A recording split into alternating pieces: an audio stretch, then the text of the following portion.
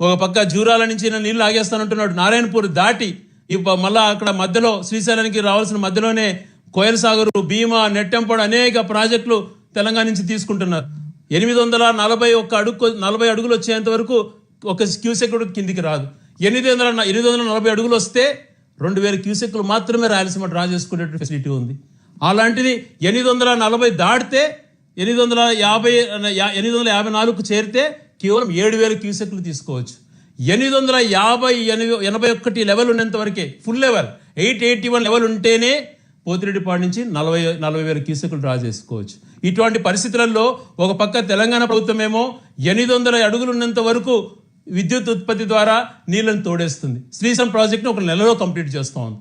ఇటువంటి పరిస్థితులలో ఇవన్నీ ఉన్నాయి కదా అని ఆలోచన చేసి 800 లెవెల్లో రోజుకు 3 టీఎంసీ రాయలసీమకు లిఫ్ట్ చేసే విధంగా రాయలసీమ లిఫ్ట్ ఇరిగేషన్ చేసి కంప్లీట్కి వస్తే ఈరోజు రేవంత్ రెడ్డి గారికి తాకట్టు పెట్టి మరొక పక్కన తప్పుదోవ పట్టించేందుకు కేంద్ర ప్రభుత్వం వాళ్ళు ఎన్విరాన్మెంట్ క్లియరెన్స్ ఇవ్వలేదు అని మాట్లాడేవాను. నీ మద్దతుతో కేంద్ర ప్రభుత్వం నడుస్తుంది.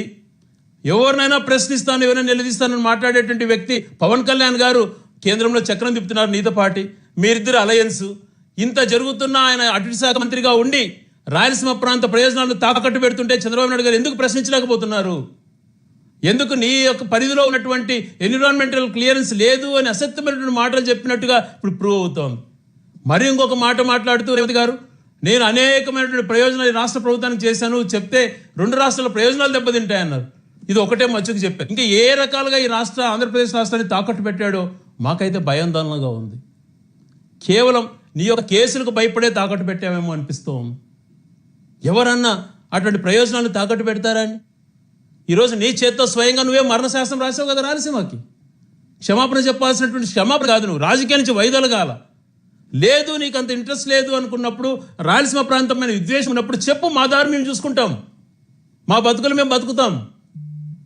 హైకోర్టు ఇస్తే హైకోర్టు వద్దంటివి, లా యూనివర్సిటీ వస్తే నిర్దాక్షిణ్యంగా తరలిస్తేవి. ఇంత ద్వేషం పెట్టుకొని ఒక ప్రాంతం పైన అన్యాయం కాదా ఇది? ఒక పక్కన పాలమూరుకు సంబంధించినటువంటి జిల్లాలలో కరువు గురించి వాళ్ళు బ్రహ్మాండమైనటువంటి ప్రెజెంటేషన్స్ ఇచ్చి మాట్లాడుతుంటే, నువ్వు రాయలసీమ గురించి ఇటువంటి అవసరాలు ఉన్నాయి, మా ప్రయోజనాలు ఇవి అని చెప్పి మాట్లాడేటువంటి నాలెడ్జ్ నీకు లేకపోతే ఎలా? ఎందుకంటే ఆ ప్రాంతంలో బతికిన వాళ్ళం, కరువును చూసినటువంటి వాళ్ళం, గెంజి కరువులు చూసినటువంటి వాళ్ళం, నీటి కోసం కటకట అని చెప్పి మంచినీళ్ళ కోసం చేయిజాచి ఆడుకున్నటువంటి వాళ్ళం. అక్కడ మాకు తెలుస్తుంది ఆ నీళ్ళ కష్టం ఏంటో. ఆ నీళ్ళ కష్టం నుంచి ఎలా బయటపడాలని దారి చూపించినారు రాజశేఖర రెడ్డి గారు. దాన్ని కొనసాగిస్తూ జగన్మోహన్ రెడ్డి గారు రాయలసీమ లిఫ్ట్ ఇరిగేషన్ తీసుకొచ్చి ఎన్నో రకాలుగా అది ఉపయోగకరము అని చెప్పి అందరినీ కన్విన్స్ చేస్తే, బలవంత పెట్టి నీకున్నటువంటి ఫ్రెండ్షిప్, నీకున్నటువంటి లావాదేవీలో, లేకపోతే నీ చేతిలో చంద్రబాబు నాయుడు గారు చిక్కుకొని ఉన్నారు ఓటుకు నోటు కేసులో అని చెప్పి భయపడో ఏది భయపడించుకున్నారో తెలియదు, కానీ రాష్ట్ర ప్రయోజనాలు తాకట్టు పెట్టడం సమంజసమా అని చెప్పి అడుగుతున్నాను. ఏ ప్రాంతానికి సంబంధించిన ఆ వ్యక్తి ఆ ప్రాంతం గురించి చూసుకోవాలి. ఎస్, రేవంత్ రెడ్డి గారిని తప్పులు పడు, ఆయన ప్రాంతం ముఖ్యమంత్రి కాబట్టి తెలంగాణ ప్రయోజనాల కోసం ఏమైనా చేస్తానని మాట్లాడాడు. నువ్వెందుకు తాకట్టు పెట్టావు? ఇదే స్థితిలో జగన్మోహన్ రెడ్డి గారు ఉన్నారు ఆ రోజున, నా ప్రాంతం కోసం ఏమైనా చేసుకోవాలి అని చెప్పి. రాజకీయ నాయకులు ఆ ప్రాంతానికి ప్రాతినిధ్యం వహించేటప్పుడు ఆ పట్టుదల ఉండాలి. ఆ పట్టుదల లేక రాష్ట్రంలో ఏదో ఏదో జరిగిపోతుంది, జగన్మోహన్ గారు ఏదో తప్పు చేశారని చెప్పి ఎంతసేపు ఆ భ్రమలో సృష్టించి రాష్ట్ర ప్రయోజనాలు తాకట్టు పెడుతున్నటువంటిది మీరు. ఎందుకు జగన్మోహన్ రెడ్డి గారు విధ్వంసం చేశారని మాట్లాడుతూ, ఎవరు విధ్వంసం చేసింది? విధ్వంసం కాదు, నిర్దాక్షిణంగా హత్య చేయబడ్డావు. నువ్వు హత్య చేసావు, రాయలసీమని చంపేస్తున్నావు, చంపేశావు. చాలా బాధాకరం అండి ఇది. ఒక ప్రాంతానికి సంబంధించినటువంటిది, ఆ ప్రాంత కరువుతో సంబంధించిన, ఆ ప్రాంతం సెంటిమెంట్కి సంబంధించిన, ఆ ప్రాంత బతుకుతెరువుకు సంబంధించినటువంటి దాన్ని ఎందుకు కడుపు కొట్టావు? చిన్న దాన్ని కూడా కాంప్రమైజ్ గారు రాష్ట్రాలకు సంబంధించిన వాటిలలో నువ్వు ఏకంగా ఇరిగేషన్ ప్రాజెక్టే తాకట్టు పెట్టావు అని అంటే ఎవరికి చెప్పాలి? శ్రీశైలం ద్వారా పూర్తి స్థాయిలో నీళ్లు తీసుకోవాలంటే 881 అడుగు ఉంటేనే అని చెప్పి ఇంతకుముందు రిపీట్ చేస్తాను, మళ్ళీ రిపీట్ చేస్తున్నా. పోతిరెడ్డిపాడు ఫుల్ లెవెల్ ఉంటేనే. కానీ 800 అడుగులకు మించి రానియకుండా 800 అడుగుల వరకు నెలలోనే ఒకవేళ శ్రీశైలం ఓవర్ఫ్లో అవుతున్నా కూడా ఎప్పుడైతే పైనుంచి ఆగిపోతాయో వెంటనే నువ్వు దాన్ని ఖాళీ చేస్తున్నారు. ఏ రకంగా మా ప్రయోజనాలు కాపాడబడతాయి మేము కింది నుంచి తీసుకోకపోతే? నువ్వు శ్రీశైలం కన్నా ముందు నెట్టెం సాగర్, కోయల్ సాగర్ ఇవన్నీ నెట్టెంపాడు నీకు జరుగుతున్నాయి కదా. నెట్టెంపాడు, కోయల్ సాగర్, భీమా లాంటి ప్రాజెక్టులన్నీ నువ్వు చేసుకుంటున్నావు కదా. పాలమూరు రంగారెడ్డి చేసుకో, రాయలసీమ లిఫ్ట్ ఇరిగేషన్ జరగని. ఎందుకు ఒక దాని ప్రాంతాన్ని అడ్డుకుంటారు? అందుకనే కదా అన్ని ప్రాంతాలు బాగుండాలన్న గొప్ప ఆలోచనతోనే కదా పోలవరం ప్రాజెక్టు కోసం ఆ రోజు అంత కష్టపడేది రాజశేఖర రెడ్డి గారు. జగన్మోహన్ రెడ్డి గారు కూడా తక్కువ కష్టపడలేదు. ఆయన హయాంలోనే పోలవరం షేప్కి వచ్చింది. నువ్వు ఒకటి నిర్మించాల్సిన చోట ఒకటి నిర్మించి పోలవరాన్ని దాన్ని నాశనం చేసావు. దాని ఫుల్ రైట్స్లో చేయించి కేంద్ర ప్రభుత్వం ద్వారా పూర్తి నిధులు వచ్చే విధంగా ఆ రోజు జగన్మోహన్ రెడ్డి గారే చేశారు. ఏ ప్రాజెక్ట్ టేకప్ చేసినా 100% తండ్రో కొడుకో చేశారు ఆంధ్ర రాష్ట్రానికి. నువ్వు ప్రయోజనాలు తాకట్టు పెడతావా? ఈరోజు క్షమాపణ చెప్పాల్సిన బాధ్యత లేదా నీ పైన? ఒకటే డిమాండ్ చేస్తున్నాం, రాజకీయ కోణంలో డిమాండ్ చేయటం లేదు. స్వయంగా చంద్రబాబు నాయుడు గారే మరణశాసనం రాశారు కాబట్టి, స్వయంగా చంద్రబాబు నాయుడు గారు తన స్వహస్తాలతో, తన కృషితో, తనకున్నటువంటి ఇన్ఫ్లుయెన్స్తో రాయలసీమ క్రాస్ లిఫ్ట్ ఇరిగేషన్ తనే ఆపాడు కాబట్టి, తనే అంగీకరిస్తున్నాడు కాబట్టి, అది చేసినట్టుగా పక్క రాష్ట్ర ముఖ్యమంత్రి ఆన్ రికార్డ్ అసెంబ్లీలో చెప్పాడు కాబట్టి, రాయలసీమకు సంబంధించినటువంటి ప్రతి శాసనసభ్యుడు, ప్రతి మంత్రి, ఈరోజు అధికారులు ప్రతి ఒక్కరూ రాజీనామా చేయాలి, తక్షణం రాజీనామా చేయాలని చెప్పి గట్టిగా డిమాండ్ చేస్తున్నాం. ఈ ప్రాంత ప్రయోజనాల కోసం ఇంత దారుణంగా చంద్రబాబు నాయుడు గారు తన ప్రయోజనాల కోసం తాకట్టు పెట్టాడు కాబట్టి ఏ ఒక్కరు పదవిలో కొనసాగడానికి మీకు హక్కు లేదు. రాయలసీమ ప్రాంత ప్రజలు కానీ ఒంగోలు తర్వాత ప్రకాశం, నెల్లూరు జిల్లాలకు సంబంధించిన వాళ్ళు, కృష్ణా నీళ్లు వాడుకునే వాళ్ళు ప్రతి ఒక్కరూ కూడా ఈరోజు వాళ్ళ గుండె ఘోషిస్తుంది. రాత్రి నుంచి వాళ్ళు ఎంతో ఆందోళన చెందుతున్నారు. ఏ రాష్ట్ర ముఖ్యమంత్రి చేయనటువంటిది దేశంలో కాదు కదా, ఎవరు కూడా చేసినారు. ఆ ప్రాంత ప్రయోజనాలు తాకట్టు పెట్టిన వాటిల్లో నెంబర్ 1 చంద్రబాబు నాయుడు గారు అన్నటువంటిది స్పష్టంగా ఆధారాలతో సహా వచ్చాయి.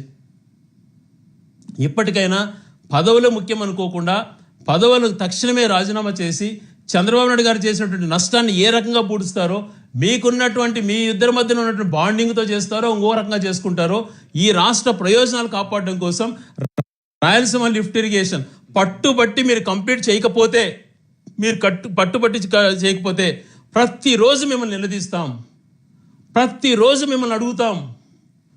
మీ బాధ్యత రాయలసీమ లిఫ్ట్ ఇరిగేషన్ ద్వారా రోజుకు 3 TMCలు తీసుకుంటే, గండికోట దగ్గర ఒక అడిషనల్గా ఇంకొక రిజర్వాయర్ కడితే, నెల్లూరు సోమశిలను సస్యశ్యామలం చేయొచ్చు, కండలేరు వరకు ప్రాపర్గా నీళ్ళు ఇవ్వచ్చు, ఒక పక్క చెన్నైకి నీళ్ళు ఇవ్వచ్చు, మరొక ద్వారా వెలుగొండ ద్వారా ప్రకాశం జిల్లాను సస్యశ్యామలం చేయొచ్చు. ఇట్లా మిగిలినటువంటి కృష్ణాది ఏదైతే మనకు డిపెండ్ అయినటువంటి పులిచింతలు కానీ, లేకపోతే ప్రకాశం బ్యారేజ్కి సంబంధించింది పోలవరం నుంచి నీళ్లు తీసుకొని వచ్చి ఆ డెల్టాను బాగా చేద్దామని అంటే, ఒక పక్కన మొన్నటి వరకు బనకచర్ల క్రాస్ గేమ్ చేంజర్ అని మాట్లాడావు, పోలవరం బనకచర్ల క్రాస్ అన్నావు, గేమ్ చేంజర్ అన్నావు, అయిపోయింది ఇంకా టర్నింగ్ పాయింట్ అన్నావు. ఇప్పుడేందో మళ్ళా సాగర్ అంటున్నావు. ఇంకొక సాగర్ పోలవరం నుంచి అది కూడా కన్ఫ్యూజన్. అది కూడా స్పష్టంగా తెలంగాణ వాళ్ళు దాన్ని 80% జరగనీయమని చెప్పి ఛాలెంజ్ చేస్తున్నారు. నల్లమల సాగర్, పోలవరం టు నల్లమల సాగర్ అంటున్నారు. ఇప్పుడు మళ్ళీ కొత్త పేరు పెట్టేసేసి ఆడ గేమ్ చేంజర్లు ఏమైనాయో తెలియదు.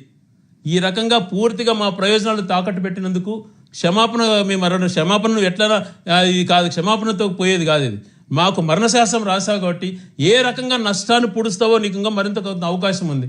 నష్టాన్ని పూడ్చకపోతే మాత్రం గట్టిగా నీకు బుద్ధి చెప్తాం. ప్రతిరోజు మిమ్మల్ని అందరినీ కూడా ప్రశ్నిస్తాం. మేము ఒక్కటే డిమాండ్ చేస్తున్నాం, ప్రయోజనాలను అంగీకరించినాడు కాబట్టి, స్పష్టంగా కనపడుతోంది కాబట్టి, ఈ రాయలసీమకు సంబంధించినటువంటి ప్రతి ఒక్కరు అధికారంలో ఉన్నటువంటి మంత్రులు కానీ, ఎమ్మెల్యేలు కానీ చంద్రబాబు గారిని నిలదీస్తారో, మీ రాజీనామాలు ఆయన ముఖాన్ని కొడతారో త్వరగా నిర్ణయించుకోండి. ఆల్రెడీ కృష్ణా జిల్లాలో వాటాల్లో ఆంధ్రప్రదేశ్ ప్రభుత్వం సీఎం చంద్రబాబు తన వాదనను గట్టిగా వినిపించట్లేదని జగన్మోహన్ రెడ్డి లేఖ కూడా రాశారనేటువంటిది అసెంబ్లీ వేదికగా రేవంత్ రెడ్డి చెప్పినటువంటి పరిస్థితి. దీనిపైన అయినా కూడా ఏపీ ప్రభుత్వం ఇంతవరకు స్పందించలేదు. అదే అని చెప్తున్నాను. ఒక పక్కన అంతకుముందు మొదటిసారిగా ముఖ్యమంత్రిగా ఉన్నప్పుడు ఆల్మట్టి డ్యామ్ ఎత్తు పెరిగినప్పుడు ఇదే మౌనం పాటించాడు. ఇప్పుడు ఆల్మట్టిని డబల్ చేస్తుంటే ఇద్దరు రాష్ట్ర ముఖ్యమంత్రులు కాంగ్రెస్ భాగస్వామ్యం ఈయన, అక్కడ ఉన్నటువంటి కాంటాక్ట్స్ చంద్రబాబు నాయుడు గారు దాన్ని ప్రశ్నించలేకపోతున్నారు.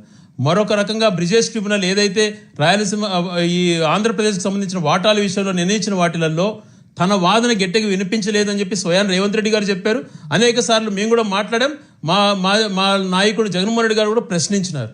ఏదైతే వేదిక పైన మా రైట్స్ ఇవి ఉన్నాయి, మా వాదన ప్రకారం, ట్రిబ్యునల్ ప్రకారం మాకు ఈ నీళ్ళు ఇన్ని రావాలి, మా వాటా ప్రకారం అన్న దాన్ని కూడా ఆయన తాకట్టు పెడుతున్నాడు. మరొక పక్కన రాయలసీమ లిఫ్ట్ ఇరిగేషన్ తాకట్టు పెట్టాడు. టోటల్గా ఆంధ్రప్రదేశ్ యొక్క పరువును ఈయన పూర్తిగా అవతల వారి చేతిలో పెట్టేసి సాష్టాంగ నమస్కారం చేసినాడేమో అనిపిస్తోంది. ఒక రాష్ట్ర ప్రయోజనాలను ఇంతగా తాకట్టు పెట్టిన వ్యక్తి ఏ ఒక్కరూ ఉండరు. ఆంధ్రప్రదేశ్ ప్రజలకి నిజంగా ఎంత తప్పు చేశాడు ఈయన స్వప్రయోజనాల కోసమో లేకపోతే ఓటుకు నోటు కేసు ఉందని చెప్పో ఏ భయాందోళన చెందాడో కానీ ఈ ప్రాంత ప్రయోజనాలు ఒక పక్కన రావాల్సినటువంటి వాటా గురించి తన వాదన వినిపించలేదు, మరొక పక్కన స్వయంగా ఈయనే కృషి చేసి ఆన్గోయింగ్ ప్రాజెక్ట్ని కూడా నిలుపుదల చేయించాడు. సో స్వయాన సీఎం రేవంత్ రెడ్డి ఈ విషయాన్ని బహిర్గతం చేశారు. సో వైఎస్ఆర్సీపీ తరఫున మీరు ఎటువంటి పోరాటం చేస్తున్నారు? ఒక్కటండి, నీళ్ళ హక్కు. అంతకుముందు పోతిరెడ్డిపాడుకు సంబంధించింది కానీ రాయలసీమను సస్యశ్యామలం చేయాలని చెప్పి 84 నుంచే మా ప్రియతమ నాయకుడు రాజశేఖర రెడ్డి గారు పాదయాత్రలు చేశారు అప్పట్లోనే.